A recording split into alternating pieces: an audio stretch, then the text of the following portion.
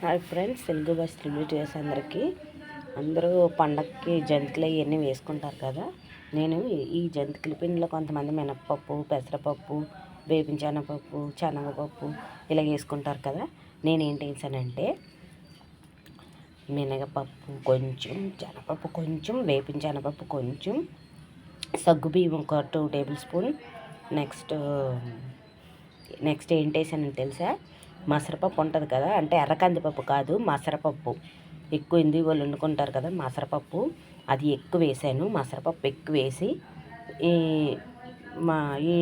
పప్పులు అదే మినపప్పు అది కొంచెం కొంచెం వేసాను, ఎక్కువ వేయలేదు.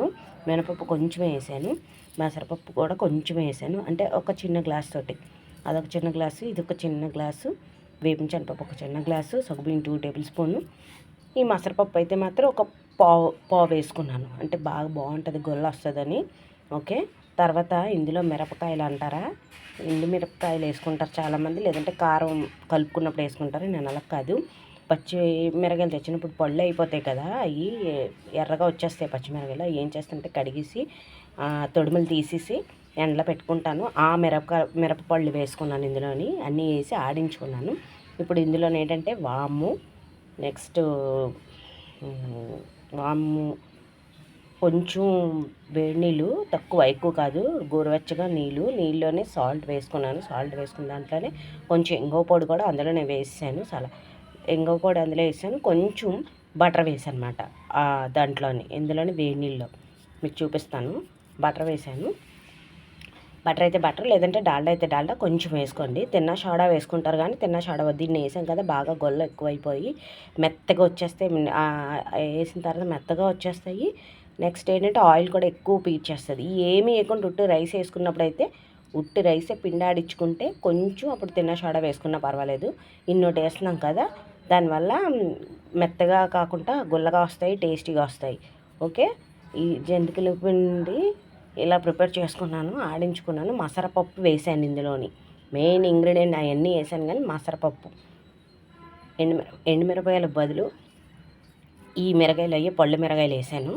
ఓకే. ఆడించుకున్నాను. ఇప్పుడు ఇందులోని వేడి నీళ్ళు ఉంటాయి కదా, వేడి నీళ్ళు చెప్పాను కదా, సాల్ట్, ఇంగువ పొడి, కొంచెం బటర్ వేసాను. అవి వేసి ఇప్పుడు కలిపేసుకొని వాము కూడా వేసుకొని, నువ్వులు కూడా వేస్తాను కానీ నేను నువ్వులు వాము 2 వేసుకుంటాను. ఓకే. ఇదిగోండి వాము నువ్వులు వేసుకున్నాను.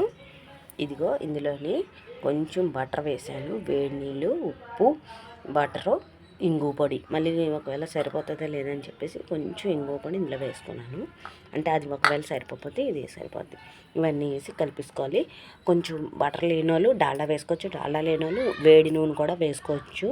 ఇందులో ఇంకోటి ఏంటంటే చిన్నది బ్లాక్ సాల్ట్ వేస్తుంది, డిఫరెంట్ ఆఫ్ ద టేస్ట్కి. జంతికలు బాగుంటాయి. చిన్నదే light pinch of black salt అంతే, ఎక్కువ కాదు. ఓకే. ఇవన్నీ వేసుకుంటే తిన్న సోడా మాత్రం వేయకండి, ఎందుకంటే ఇవన్నీ కూడా జంతిక వేడి నీళ్ళతో కలుపుతాం కాబట్టి పిండి చక్కగా క్రంచీగా వస్తుంది. ఓకే. ఇవ్వండి, ఇది నువ్వులు వేసింది, ఇది నువ్వులు వేయలేంది కలుపుకున్నాను. ఇది ఇలా నువ్వులు వేసింది కలుపుకున్నాను, నువ్వు లేకుండా. ఇది కొంచెం కారం ఎక్కువ వేసాను, కారం తక్కువ వేసాను. ఓకే.